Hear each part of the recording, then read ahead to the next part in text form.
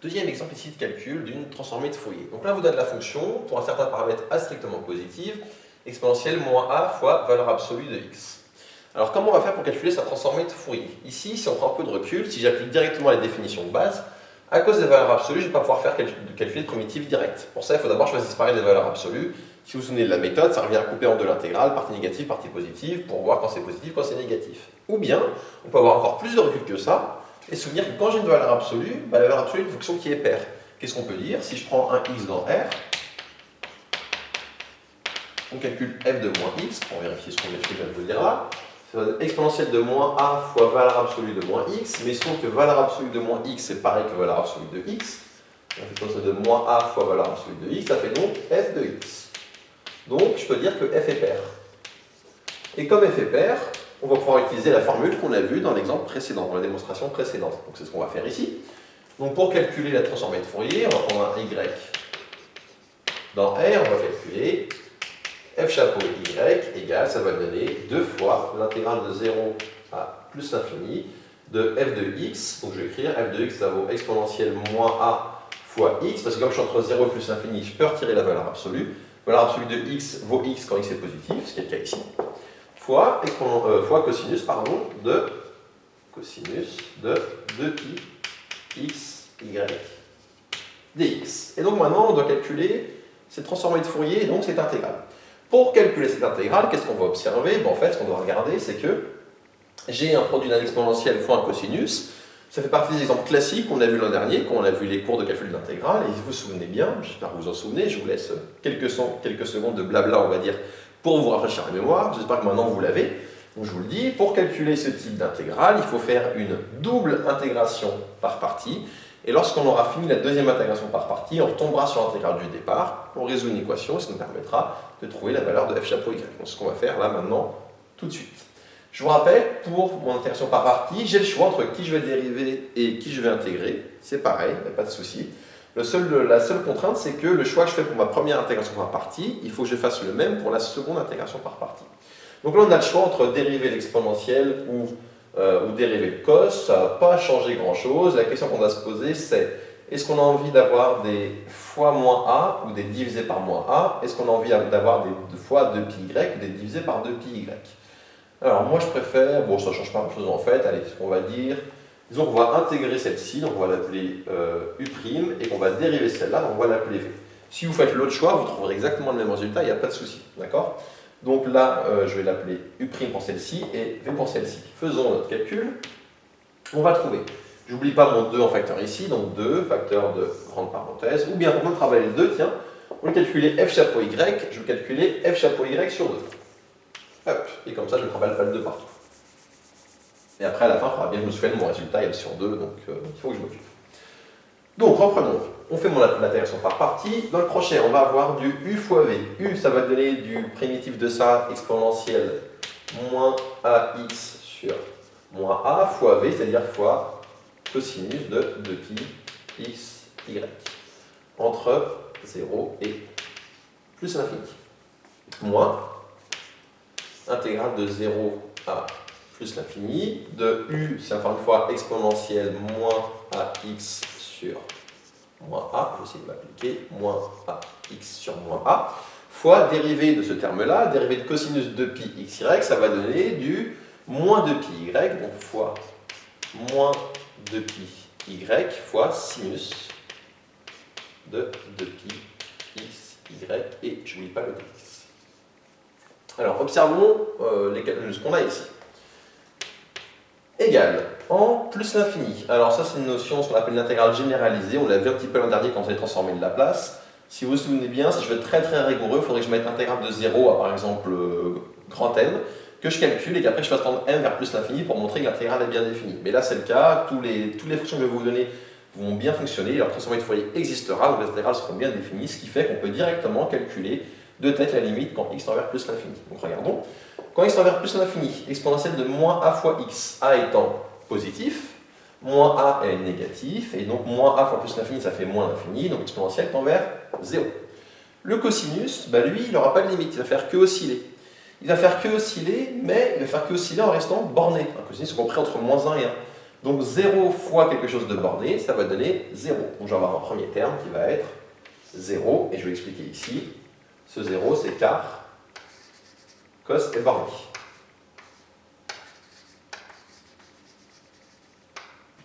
La fonction cosinus est bornée. Donc en plus l'infini, ça va donner 0, puis en 0, ça va donner moins, avec le moins qui est là, ça va donner plus. Exponentielle de 0, ça fait 1, fois cosinus de 0, ça fait 1 aussi, donc plus 1 sur 1. Moins ici, comment je calcule cette chose-là? Déjà, premièrement, pour ne pas m'embrouiller, je vais appeler le moins, et le moins, ça va donner un plus.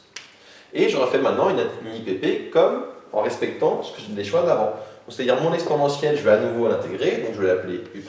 Alors c'est pas le même U' qu'avant, hein, c'est juste pour que vous ayez en tête, les notations que je mets là, je vous rappelle, je les mets juste pour se fixer des idées et pour être sûr de ne pas s'embrouiller, enfin pas de ne pas s'embrouiller, mais de ne pas se tromper dans la formule d'après. Donc attention, le U' qui est là, c'est pas le même que celui-ci, parce que c'est des petites variables comme ça, muettes, on va dire, qui nous permettent de se fixer des idées pour faire le calcul. Donc, je reprends, là je l'appelle U', tout ça je vais l'appeler V, et on refait le calcul. Donc faisons-le, on va avoir ici le moins, je mets une grande parenthèse pour ne pas oublier que c'est moi mettre en facteur de tous mes termes, et c'est parti. Donc d'abord, U', il faut que j'ai U primitif de ça, ça va être du exponentiel de moins AX sur moins A au carré, j'ai un moins A qui ressort avec le A qui est là, ça fait moins A au carré. Puis je vais avoir ici du fois V, donc V je le réécris, fois 2πy sinus de 2π x y, entre 0 plus l'infini, moins l'intégrale de 0 à plus l'infini. Donc là j'avais u'v, maintenant il faut que j'ai uv'. U ça vaut exponentielle toujours de moins ax sur moins a carré, fois v', dérivé de sinus 2π xy. J'ai un autre 2πy qui va sortir, donc ça va donner du 4π carré y carré, fois cosinus de 2π x, y. Je m'excuse, je manque un peu de place, je vais mettre le dx ici, et je vais fermer la grande parenthèse du départ. Donc regardons ce que l'on obtient. On trouve 1 sur a qui est là. Dans le crochet, on va avoir en plus l'infini, j'ai l'exponentielle qui fait 0, pour la même raison tout à l'heure, le sinus est borné, donc en plus l'infini, ça va donner 0. En 0, j'ai mon sinus 0 qui fait 0. Conclusion, ce crochet ici, il est nul. Ensuite, je vais avoir moins, avec le moins qui est là, ça va me donner plus. Et je vais sortir toutes les constantes que je peux sortir de mon intégrale. Donc regardons. Ici, que j'ai en constant, j'ai du 4π carré y carré sur moins a carré. Du coup, au final, c'est à nouveau en moins. Hop. Je vous répète, le moins, avec ce moins-là, c'est simplifié, mais il me reste un moins ici. Donc ce qui va sortir, c'est du 4π carré y carré.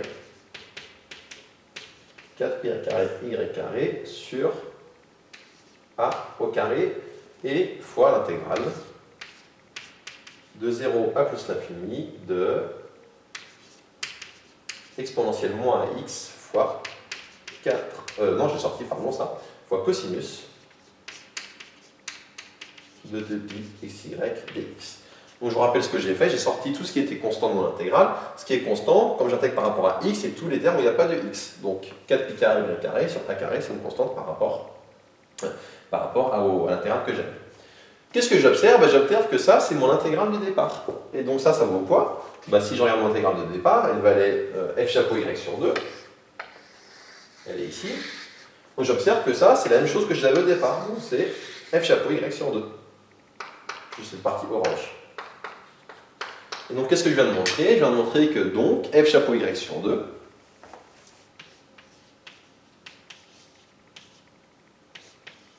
f chapeau y sur 2 égale, donc j'ai 1 sur a, moins 4 pi carré y carré sur a au carré, facteur de f chapeau y sur 2.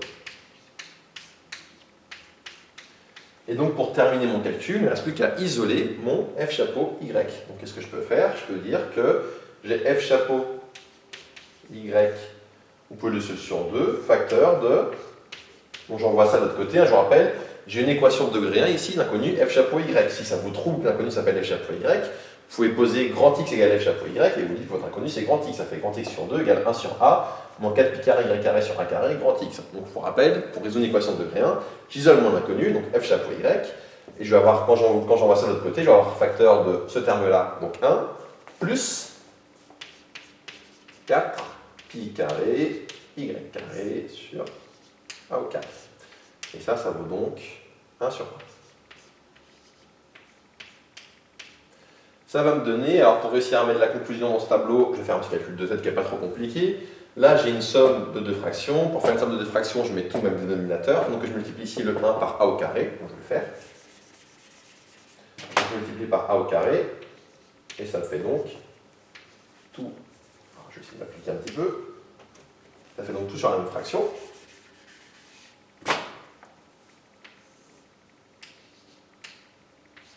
Et ça va donc me donner f chapeau y qui vaut, donc pour isoler, qu'est-ce que je dois faire? Je dois multiplier par 2a au carré, donc je vais avoir le 1 sur a, fois 2a au carré sur a carré plus 4pi carré y carré.